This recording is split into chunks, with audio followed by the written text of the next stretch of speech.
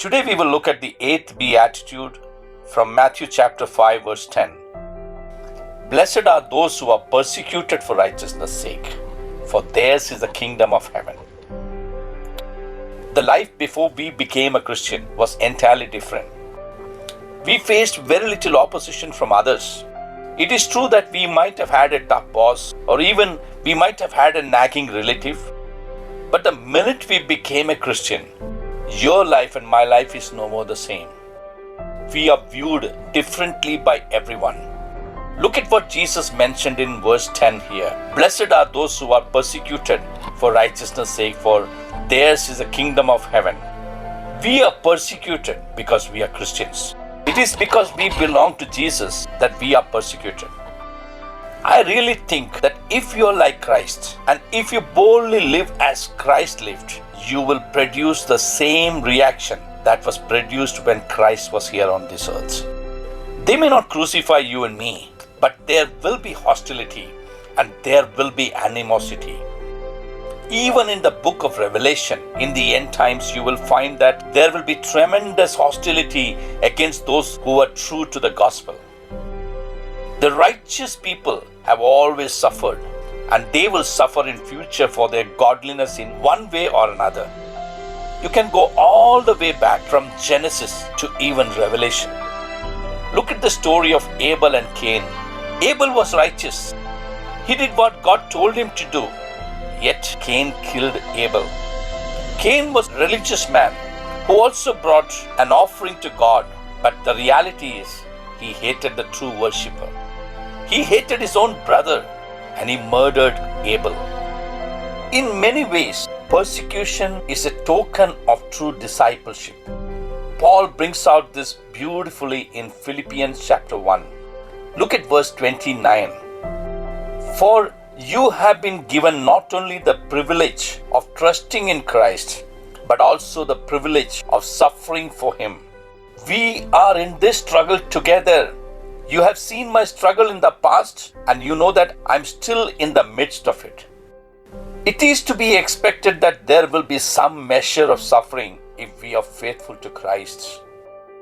Paul wrote in 1 Thessalonians chapter 3 verse 4, even while we were with you, we warned you that troubles would soon come, and they did, as you well know. Persecution accompanies those who serve the Lord genuinely. We have taken the law out to make it as acceptable as possible many times. Even in most cases, we have stripped the truth. If you want to escape persecution, I want to tell you, you can do it. Just approve what the world does. Instead of disapproving, just affirm, just ignore it. Accept the world's morals. Accept the world's ethics. Live as they live. Don't tell people that they are sinners.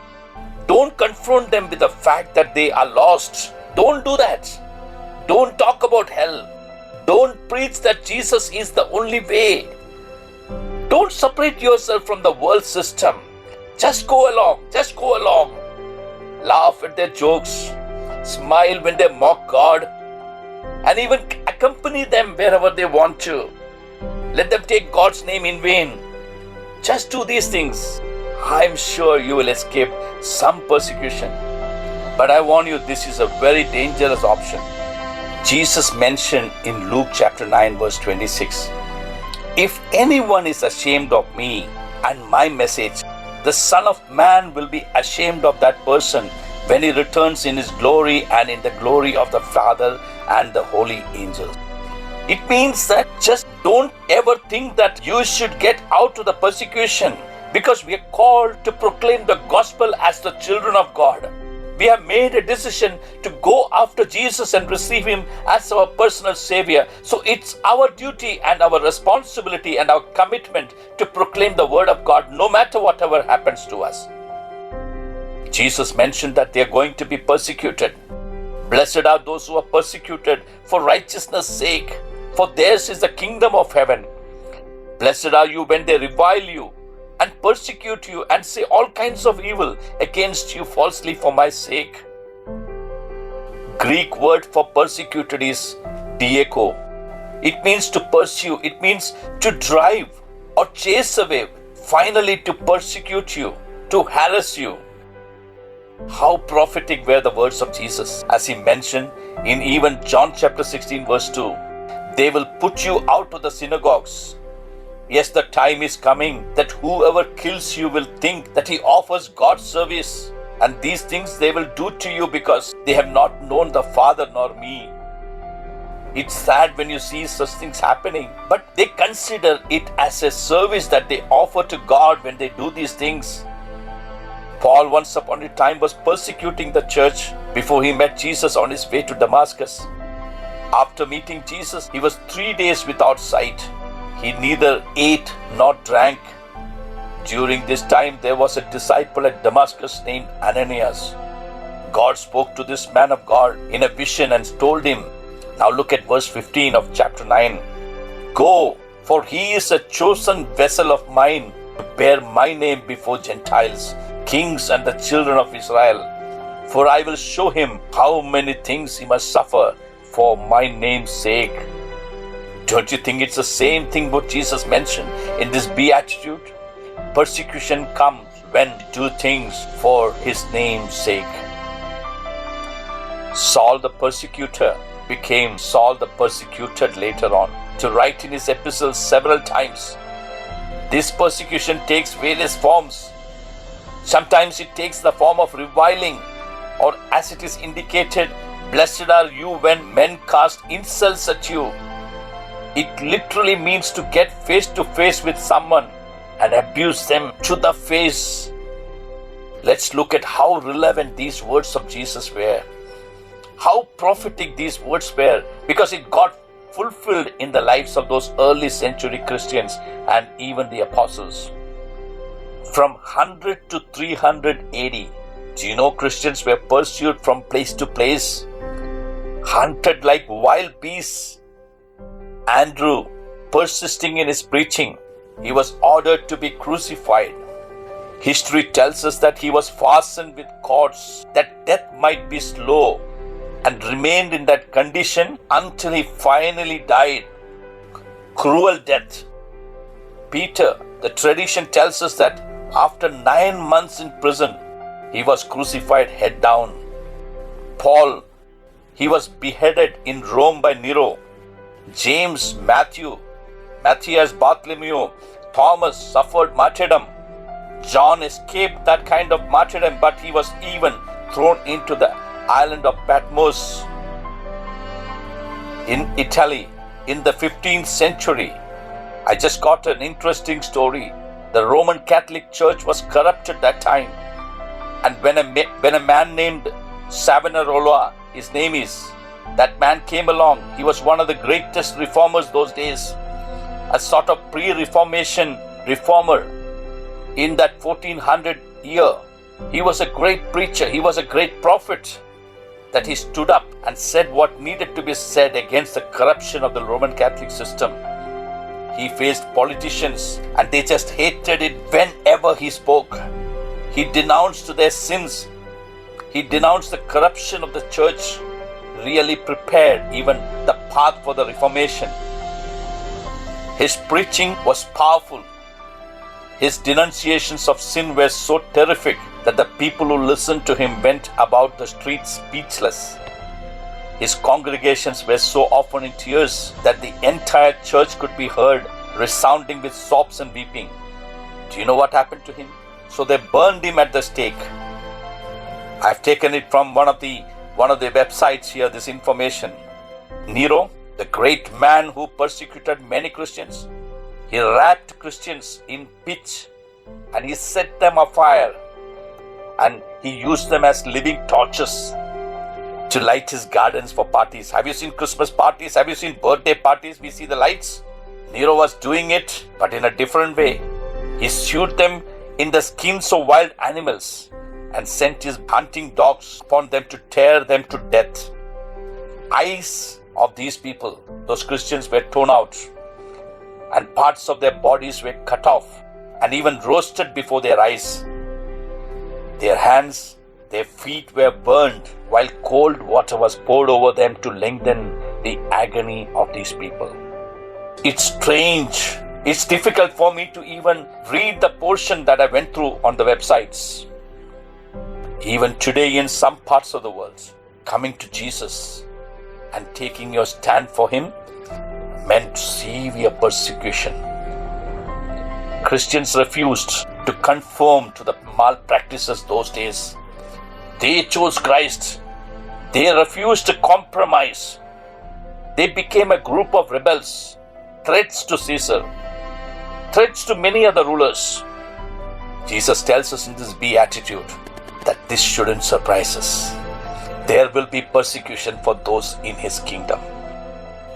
The world is hostile to the committed Christians, my friends. You can see that there is an attitude being conveyed here. Blessed are those who are persecuted. But let's read this way. Blessed are those who have allowed themselves to be persecuted. The idea is that they have willingly endured it, these people. They don't run away. They just accept it because they know that Jesus has spoken. When you're alive in Christ and you're dead to this world, you are not trying to cover yourself. You're trying to live a life that will glorify the holy God whom you serve. Let's look at verse 11. Blessed are you when they revile and persecute you and say all kinds of evil against you, falsely for my sake. Do you see something here? How are they persecuted? You get an answer to this question. There is a verbal accusation. There is a verbal abuse that you can see here. To revile means to criticize or speak evil of someone. It says, will say all kinds of evil against you falsely. Falsely. It's so hurting to people. Words definitely hurt you. Words do a lot of damage. But when those words are so false and so untrue, you have not even thought about anything. You have not even done those things that they accuse you of. How do you feel? Let me add, when someone gossips or says hurtful things, all the apologies in this world can never repair the damage that has been done already. It's a kind of like driving a nail into a piece of wood. You can pull the nail out, but the hole is still there. That hole, that hurt, that injury, that wound is still there. The damage has been done.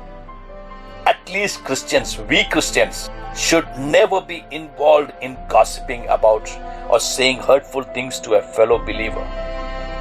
What about physical abuse here? Jesus was rejected by most of the people. They rejected His teachings also.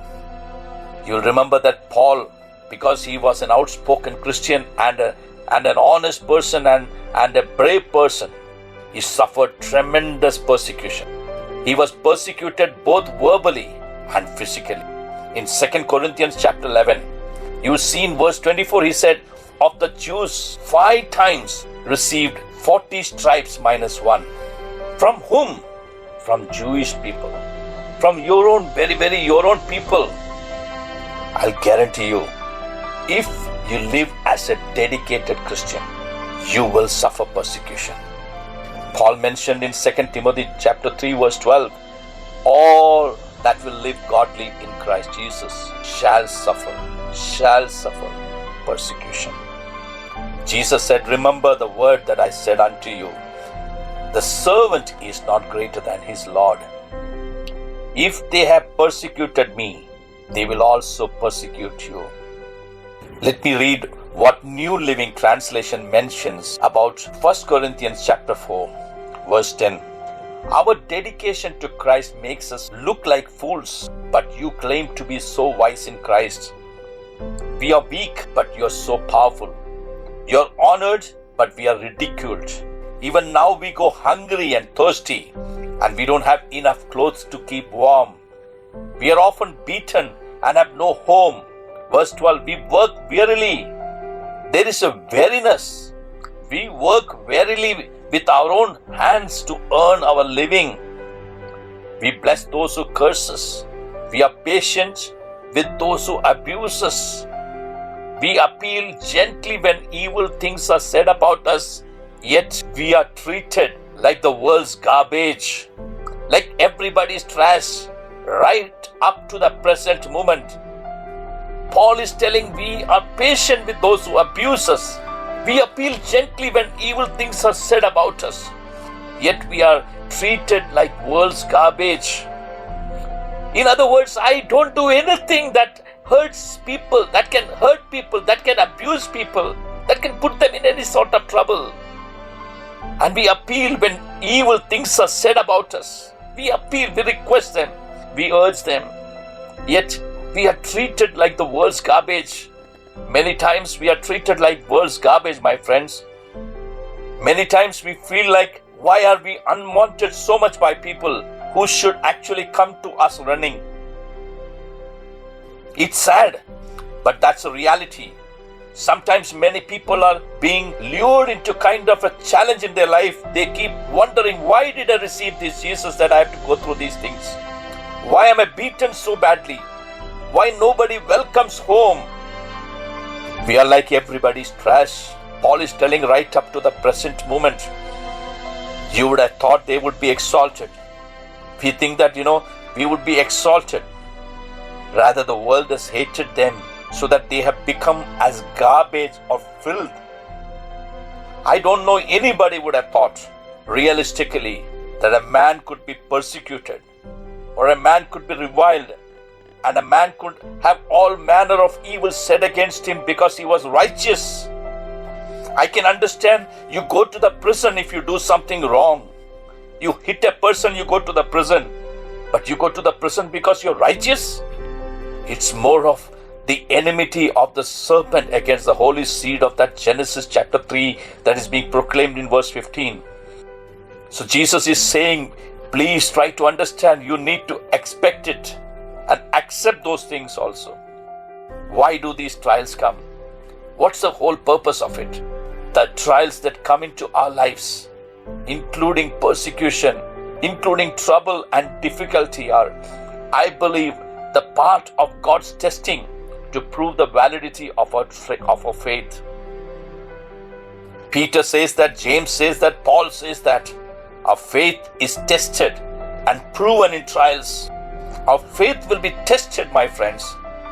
Following Christ is not going to be easy in this world. As you keep living in this world, it's going to keep increasing in this world. Following Christ would affect your work even. You'd be challenged at your workplace. We would be even told not to proclaim Jesus, not to say that you're a Christian, say that you deny Jesus, say that you don't love Jesus, say that Jesus is not the only way. There are many other ways. In conclusion, what I want to bring out is the moment you become a Christian, the moment you decide to live a genuine Christian life, you should be ready to face opposition from people. It's very easy to sing the world behind me, the cross before me, no turning back, no turning back. I've sung this song when I became a Christian. Many times my hands lifted up. I was just singing with my heart out. And as I went on living, I came to know how meaningful this song is. The world behind me, the cross before me, no turning back, no turning back. But the world is truly behind you and me. The world behind you will keep tempting you to go back to your old life. You will be persecuted and I'll be persecuted for proclaiming the word of God. You will be put behind bars and I could be put behind bars. We will face the threat of our life, and maybe even our family's life could be in danger. But it all depends upon how long you have traveled with Jesus in terms of your commitment. In terms of your commitment, if you have traveled with Jesus, I don't think anything can deter you from serving this Jesus, because he was committed on the cross to die for you and me. Because he never came to live in this world. He came to die in this world. The unfortunate and the sad part is, many of us have come to live in this world. We never want to go back. We never want to go to heaven, even though we know the heaven is a beautiful place. The longer you have traveled in your commitment with Jesus, the more firm you will be in your understanding. You will be persecuted. And the persecutions are part and parcel of your life as a Christian. There is no doubt about it. It could be from your company. It could be from the nation that we are living in. It could be from the government. It could be from anyone. It could be even our own relatives even. But let's hold on to Jesus and say, Jesus, I love you this evening. I want to serve you, Jesus. I want to come to you, O God. You don't have to do anything wrong to be persecuted. The moment you say no to the worldly principles, I want to let you know that you should start expecting that you're gathering enemies, you're gathering foes and opponents in your life. But at times we have to look at if we are a sincere and genuine Christian. Many people would not like us. We will surely continue to meditate promises of the ones who are persecuted. I want you to come next week. I want to let you know what are the benefits of being a disciple of Jesus. There are promises that God is giving us. Shall we pray? Father, we thank you for teaching us that as your true disciples, we will face persecution in this world. You said, the servant is not greater than you, Lord. If they have persecuted you, they will persecute us too. Father, we pray that you will strengthen us to proclaim your word no matter what it is. Help us to do everything possible and extend your kingdom. In Jesus' precious name we pray. Amen.